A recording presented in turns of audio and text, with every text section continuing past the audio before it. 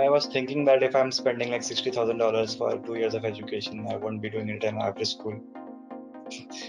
I had just woken up. I normally get up at around 8:30 or 9. So I had just woken up. I saw a mail. I did not know what is this and what it was. So I just opened the mail and it was written, "Congratulations." So I just woke up. I just ran so hard downstairs and I just told my parents that, and they was very happy. They were very happy. Right. So how was your reaction? How was your feeling when you finally got your visa stamp? Yeah, my father was more happy than me. I had a big bucket of Amazing, KFC, amazing. which you are asking, if that's what you're asking. So yes, guys. So you might not have interact with us a lot, but this webinar is going to be highly useful in planning your MS abroad, especially if you're planning for MS in USA, because Mr. Nitanshu here, who's our chief guest today, is planning for MS in USA. He's got his admits and he's got his visa also, right? And not just Nitanshu, we have helped students to get top admits in all these universities for data science and other courses, right? So Mr. Nitanshu is going to join us in a few seconds. So you're getting a warm welcome, Nitanshu. Thank you so much for taking your time out and joining our participants here. So why don't you give us a short introduction about yourself, Nitanshu, just to know that we can, the audience are informed about you. So can you give a short introduction? Yeah. Okay, so I'm Nitanshu and I finished my bachelor's in computer science from Symbiosis in 2019. I graduated in May and I got my degree in December. So I planned for fall 2020. Right. That I thought about, and I applied for that too. So that's all about me. I'm currently pursuing I'll tell you more. I'm currently pursuing a diploma, postgraduate diploma in data science from UpGrad. So currently that's keeping me busy. But I was not able to attend the fall 2020 year, the school year, so I had to defer my admission. So that's all about me. A lot of students apply for a MS in data science after working for a few years. So did you have any sort of work experience at the time you applied to universities? I did not have any experience in data science or any science. I think I did not have any work experience in CS as well. I only had two months of internship experience. That was while I was doing the bachelor's course. How did you guys come with this decision of applying to USA? What was the reasons? I also decided to apply to various other countries as well, but the job market in US is particularly good for data science, at least that I know. And I looked at Australia. Australia was good, but I was not able to get into top university. I was not able to think about getting into top universities. They had some issues regarding the GPA as well. So they said that this is the minimum GPA. Before, don't apply if your GPA is below this. So they had restrictions regarding that. Even for Canada, there are like 3 or 4 good universities, and they were too good for me. I could not apply. They were like, if you compare with America, they were like Harvard and Stanford level universities. So I did not think about them, and I did not want to get into any college. So that is why Canada was out of the picture. Europe, on the other hand, has very slow market in the field of IT and tech and data science. So Europe was also not very good in my view regarding that. US was the easiest option then, because applying to US colleges is like easy as compared to other countries as well. That was also one of the reasons. Firstly, can we talk about your GRE, Nitanshu? What was your GRE score like? First time my score was 301 or 301, I guess. And the second attempt, I was able to raise the score by 10 points. That was 311 I got in the second attempt. I'll give you the breakdown. Oh, you have my structure. Perfect. Yeah.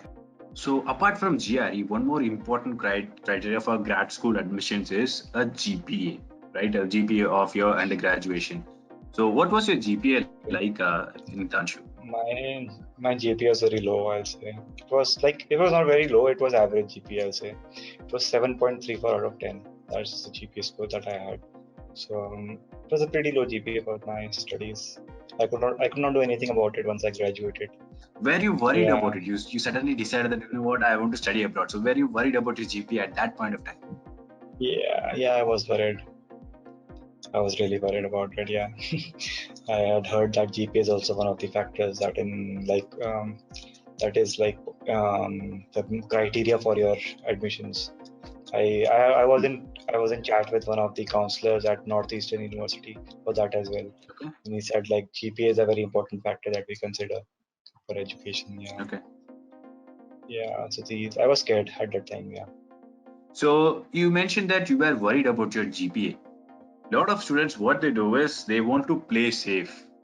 If they have low GPA, right, they want to play it safe. They'll be like, I'm okay with getting an admission. I don't care what kind of universities. I know that I have some setback, like I have a average or low GPA. So they might settle for average, right? They'll be settling for, okay, if as long as I'm getting admission, I'm fine with it. I don't care about the quality of university.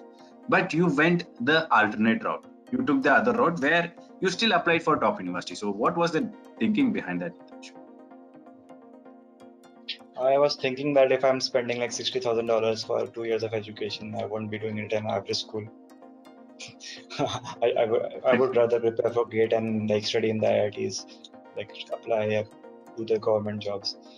Like it's better than like in doing this education. At that time, that was my thinking. Yes, guys have to take the risk. Like Nitanshu says, like why settle for the average? If you are going to spend $60,000, why put it in some average university? You don't even go watch an average movie these days. You see the reviews, then only you go for the movies, right? Now, even if everything is in OTT, no, but even for a movie, we only go for good movies. Like it's your career, right? Your entire career is going to be dependent on the university you're going to attend. So, hey, go big, guys. Aim for top universities. Right. So what are the challenges, Nitanshu? You decided that you will apply for a top university, right? So did you know that you were taking a risk, or was it calculated? Regarding that risk, I think most of the help was done by you guys at GRES, so I not take much of that. They like suggested me various universities. They suggested me some very safe universities, some moderate universities. So I had a choice. Like 20 universities shortlisted for me. Out of those, I had to choose 10. So I decided not to choose a lot of safe universities. I was something like this, like eight universities or 9 universities. I'll select the hard ones, and 1 or 2 universities I'll select as safe. So at least I have something to show that I got an admit. It was a little. I thought a little like, in the end I was worried, so I did that. I applied to applied for a course at Northeastern that was in analytics. That was easier to get as compared to like the other courses. But I did that. You should, I think, do at least apply for one safe college at least, so that you have a backup. And if you don't really want, there might be some people who like just want to leave the country. It's for them at least. Who just want to, who just who just don't want to stay in India and like study in India or get a job in India. Who just want to leave India. So it is for them. You should apply to at least two, 3 safe universities, I'll say. But I did not do that. I only applied to one safe university, and rest on all the rest universities I took a risk. To be honest, I was scared until my admit that I got in March. Yeah, I was pretty scared. I started looking for alternative options as well. Okay. I started preparing for GATE, and I started preparing a lot of things I did. So how was the feeling when you read that admit letter from IUP? How was that feeling when you got your first admit? I had just woken up. I normally get up at around 8:30 or 9. So I had just woken up. I saw a mail. I did not know what is this and what it was. So I just opened the mail and it was written, "Congratulations." So I just woke up. I just ran so hard downstairs, and I just told my parents, and they was very happy. They were very happy. You've got 2 good admits. So can you list the admits that you've got, Nitanshu? What are the 2 universities you got accepted? The first admit I got is. Yeah, the first university, as you know, I got is in Indiana University, and MS in Data Science. That was the course name, and it was for fall 2020, but I deferred it to fall 2021. So that was the first admit that I got, and I like selected it, I finalized it. The second admit I got is from Rutgers University in New Brunswick. That was in MS in Statistical Data Science. It's also a similar course, but it was more stats based. So yeah, I choose Indiana University out of them both. Yeah. Fantastic. So can you expect a scholarship after first semester? Are you expecting one, Nitanshu? The thing is, for data science and computer science, they don't generally provide scholarships. They won't be providing any scholarships for data science and computer science, but they can give you like a teaching assistantship or research assistantship, and these things are like you can get it. You can't be really very sure about that, but if you're like good performer in your class, you can apply for. You can like contact the teachers directly and ask them regarding this. So I've heard this from the seniors. I'll just say. So I'm not very sure about this, but I've talked to my seniors and they have told me the same thing. So yeah. Right. You cannot expect a scholarship from Indiana, that I'll tell you for sure. You said you've done a lot of research about this university, right? So did that research change his perspective? Yeah, it did. It did. In the initial days when you like shortlisted the university for me, then I did not think that much of that university. I just thought that it will be very easy to get into, but procedure is very like tough there when you get into. Very difficult. Most of my colleagues that are like that have secured their admission are like high GPA holders or like they have good GRE scores. So like, yeah, I am one of the exceptions, and like there are some more people like me, but still, it's a very difficult school to get into. Or at least for data science and computer science, they're like very selective. Also, it is well renowned there. If you like ask for about Indiana University, like it's a public university. First thing, most important thing is like the public universities are always good. So what is the number one criteria when you shortlisted, when somebody shortlists like 10 universities, right? So should the criteria be tuition fee or ranking or the coursework? What should be the criteria to finalize universities? Yeah, I was getting to that. Yeah, the safe universities are done, so this is time that you like go for some good better universities. Out of 15, like you have like 11 universities left in your list. If I go by 15 university shortlisting, so in that you can select 2 to 3 very good universities. We call it very ambitious. So it is very difficult to get into. For data science, I'll tell you it is University of Washington at Seattle. It's one of the best colleges. And there is New York University, then there is Columbia University, and then there is Carnegie Mellon. We also have Georgia Tech. So these are the one of the best universities that give data science course. I'll specifically talk about data science. So these are the best 5 for data science. Harvard does not give you data science. I think Stanford gives statistical data science course, but yes. Stanford I did not think about. And then there is I think one course in University of California, Berkeley as well. So, but I think Seattle, University of Seattle, Washington is one of the best. NYU and Columbia, and these are the like 3-4 best universities. They should be in your top list. You can select 1 or 2 out of these. And then there are like more, like you can say ambitious, not very ambitious universities, in which the selection is difficult. That is Northeastern University is one of them. It's MS in data science courses, very well known. And then we have University of Rochester, University of Minnesota, and these are the like moderately ambitious ones. So you can select 3 or 4 out of these, and remaining you can like select a moderate school that is like easier to get into. At the time I thought Indiana University was moderate. Still it was it's not that moderate if you like look at the coursework that they are providing and the placement they are giving and the selection criteria. It's not easy. Some of I had contact with various people who were applying to Indiana and they did not get into Indiana, and some were on waitlist as well. So yeah, it's a difficult college to get into. I'll put it into like moderately ambitious. So like you can categorize your university selection. Like you should apply for at least 2 safe universities. I can give you the names. I think one is Santa Clara University and then is San Jose State University, and these both are in Silicon Valley, so placement will be very good. I can't say much about the safe universities. Yeah, but I'll just say that you should apply to at least 2. So yeah, university selection wise, I think we have discussed a lot on that. And how about your SOP? And do you think that SOP played a role in your admits? Yeah, I think they played a role. So SOP is like this. SOP is something that you can only write once you have finalized your universities. You can before that you can just make a basic draft of what you have done, what other projects you have received. But it is better that if your SOP is like university specific, that is the most important factor. That is the only use of SOP. Like you should be able to convey them why you are good for their university and why they should take you in their particular university. That is what SOP is meant for. So I think you can if you look at my GRE score and at my GPA, my GPA is average. My GRE score is moderate. You can say it's not very good. It's not very high.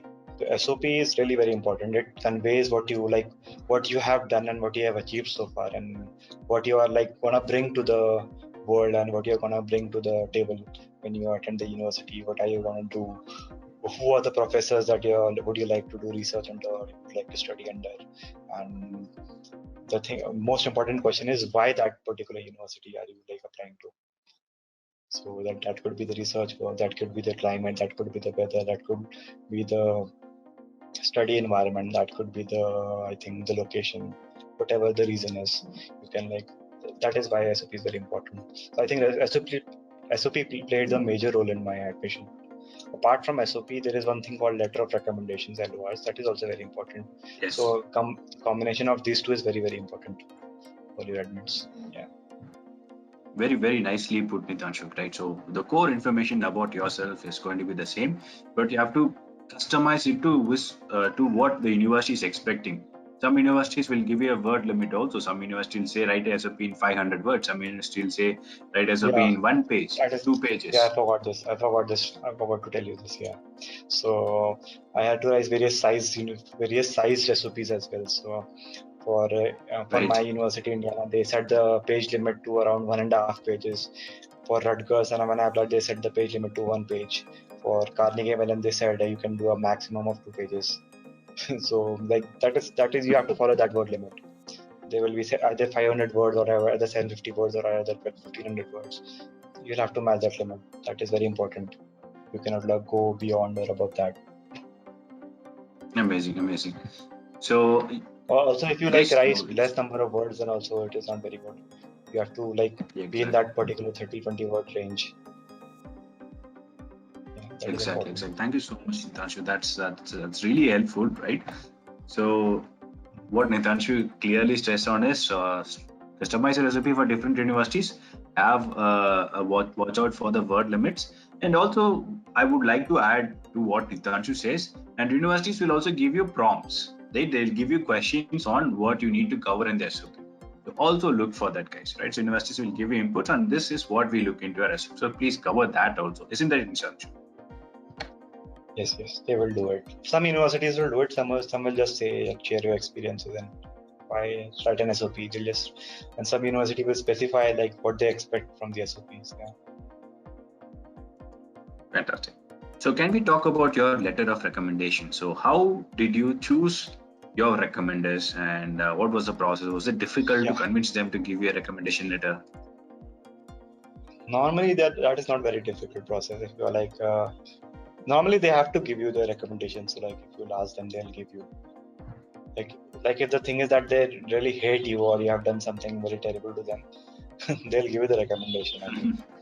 Depends on the professor to professor. So this is the one of the most important things I'll tell you.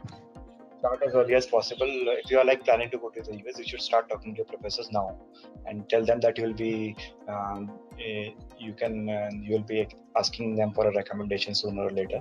So that is the most important thing because they need your you need their help, recommendation for the university, and talk to at least 4 professors for that. Since every US university requires at least 3 letters of recommendations, so for that you should talk to at least 4 professors. So just in case one professor backs out, you should have backup for that as well. The more the better. So normally people who are in jobs, they will be told that you can get 2 academic letter of recommendation. That is the recommendations you get from your professor, and 1 you can get from your employer as well. So that is also possible. Right. Yeah. So in India, what really happens is the professors generally don't write an SOP themselves. They just ask you to write the SOP and draft the SOP, and they'll just sign it and you put it on a letterhead and send it to you. That is most of the university. That is what most of the universities in India do. So like you should be prepared for writing as well. Yeah, because professors are sometimes they are busy, sometimes they are somewhere else, sometimes they're out. So they'll be asking you to do this stuff. Yeah. So I think I'll just say that if you are like planning to go, I think next fall you're planning, right? So next fall the application starts in August, let's say, normally for most of the colleges. So you should talk to your professors now, today itself or tomorrow itself, and just ask them that they will be expecting a request for recommendation from the university. So I'm applying to. Yeah, so that's all. You don't have to give the name for the university, but you can like just tell them that they can expect a recommendation invite. So how are you funding your education? Are you taking a bank loan, or No, you have a sponsor? my parents have some funds in their account, so like we are not taking any education loan. So that's it for me. So I That cannot will like give you much information about the loan process and all. But That's like absolutely 80 fine. 90%, 80% of the people who go abroad take some loans. So Exactly. don't feel out of the box when don't feel out of place when you are taking a loan. It's a normal thing. How was the visa process? Can we talk about the visa process? Now, you not just got admit, you also got your visa for IUB, right? So that's really good. Congratulations on your visa success, first of all. So, how was your visa Yeah, interview experience? the experience was good, but I'll tell you the story before that. So the thing was, paid my what do you say, the DS 160. That's the form Service. that they make you fill. Okay. No, not the service fee. The DS 160 fee, that is the most important one. Yeah, yeah. Before that, you cannot like apply for the visa interview date, and you Mhm. cannot fix your appointment. So that I did. The thing that I did was in April 5th. You can say first week of April. So I started that Right. process then, and I filled the form and I paid the DS 160 fee of $160, I think. And I picked the date. I picked my date. Normally, I was not getting any slots in April or May, so I picked the date for 2nd June, 2nd and 3rd June for my biometric as well as the visa. So then suddenly what happened that the phase 2 of the pandemic started, and like it was very bad. It was a really bad situation. Um, so most of the visa interviews got cancelled. Those who had scheduled their visa interviews in May, in April, most of them got cancelled. Like I think every one of them got cancelled. Even the vax, the biometrics got cancelled. So then, fortunately, the embassy opening up in the last week of May, and hopefully I was able to. Hopefully my appointment was not cancelled. So like it was a pretty dangerous thing for me. Even up till the day I went to Delhi for my interview, I was like skeptical about cancellation, to be honest, because I was not able to know the exact situation, what was going on at the embassies. But I think it went very smoothly.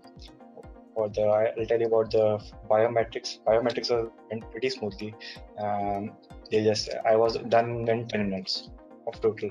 From my going inside to coming out, I was done in 10 minutes. Everything was done in 10 minutes. I was so relieved. That was the first stage, and then next day was the interview. So my scheduled time was around 11 a.m. in the morning, and I reached the embassy at 8:45. Like most of us Indians do, like we like to go every place well before time, at least for some important stuff, I'll say. Not everywhere, but for Exactly. this visa thing is very important. You should be like there like at least 1 or 2 hours before that. Even though they suggest you that you should be there half an hour early, you should be like there 1 hour early at least. So surprisingly that they let me in. When I showed them my appointment letter, they let me in surprisingly. I went inside and it was like very smooth and everything was going on. Like then I faced my interviewer. He asked me some basic questions. I think there are like 10 fixed questions that there are for visa interview preparation, and every counselor asks that those particular questions only. So yeah, if you want the transcript from me, you can I can send them to GRH and you can like ask from them. I can send you the transcripts as well if you want that. So you can just send it to. I already prepared the transcripts. So they asked me like 2-3 questions, and they just said your visa is approved, and I was so relieved. And to be honest, I'll tell you, I went in at around 9:20, and I was out by 9:50. So Okay. everything was done between this time. It was very fast. Did So you yeah, so it's prepare very well for the visa interview also? yeah, I did. Yeah, I did. If I did not prepare well, I would not be able. Would not have been able to answer any questions. Right. So how was your reaction? How was your feeling when you finally got your visa stamped? Yeah, Or my father was more happy than me. I had a big bucket of amazing, KFC. amazing. If that you're asking, if that's what you're asking. Exactly. Yeah, so Nitanshu, so you, despite your GPA issues, you managed to get into a top 10 university for data science. That is hugely impressive, right? So, what's your advice on those who are worried about their GPA, what do you wish to say to them? Okay, if you have a low GPA, the thing is most of you will be in your final semester or something, maybe in your you might have even graduated, so you cannot do anything about your low GPAs if you have one. If you have a good GPA, then it's okay, that's good. But even I'm giving this advice for all people, even regardless of their GPA. So I'll just say start early, start researching the universities where you want to go. It's not necessary that you have to go to US. If you want to go to a different country where the immigration laws are pretty easy, like Canada, if you want to go, just start researching right now what you want to do, which course you want to take, which university you want to go to, and little research about the professors and the research as well will help. It won't take you much. It will take you you can research per university in 1 or 2 hours. So you should start that now. You should take advantage of all these ranking websites. They'll give you a good ranking. One of the good ranking websites like US World Ranking and the Times Higher Education Ranking. These are one of the best websites for ranking. You should look at those and you should start now. The second I'll tell you is start if you have not given your GRE yet, start making your vocabulary. Vocabulary is very important for GRE. I'll tell you that. If you are an avid book reader, it will be easier for you. But if you are not very good with English and you are not a very good reader, and you don't read articles, you do not read novels, you do not read anything, then this is mainly for you. Start building your vocabulary. So there are many sources. You can look online for all those sources. And every source is good. Every word list that you find online for GRE preparation is nearly the same. So that won't be an issue. The third thing that I'll say the final thing I'll say that inform your professors well in advance regarding the letter of recommendations that you will require during the applications. So these are the main 3 things that you should focus on if you're have a low GPA. The vocabulary thing is non-negotiable. You should start it now, today itself or tomorrow. Tonight also, I'll tell you before going to sleep, look at 5 words. There are 1 or 2 apps that are famous. I think GRE Edge's WordBot app is there also. That is pretty good. And second is the Magoosh app. These 2 are the best apps. You can choose which one suits you. I use the GRE Edge WordBot because it was more graphical and it was easier to learn words from there. Start learning 5 words. They have level system 30 levels or something with 30 words each. So you get around 1500 words or something. I think there are more levels. I'm not sure about the number. Yeah, you can do that. Thank you for those wonderful inputs, Nitanshu. And since you were a part of this GRE Edge's admission counseling program, there's a lot of questions coming from. And how was your experience with GRE Edge? Can you share your thoughts there? Thing was, it's been 2 years since GRE Edge has been helping me, I'll be honest. In 2 years, I took their help initially in the month of, I think, August. I applied for 2 programs simultaneously. One was the GRE preparation program. I think GRE has one of the best GRE preparation programs in the country. I think a lot of people suggested me, so I contacted them just out of the blue. The program was for GRE preparation is pretty nice. Now about the application part. So I think they have some. I don't remember what program I took, but the program was that they'll help me select 10 universities. They'll help me shortlist universities, 10 university shortlisting, and 10 applications they'll help me with, and they'll help me prepare They will help me with drafting the the SOP and the LORs for the particular universities.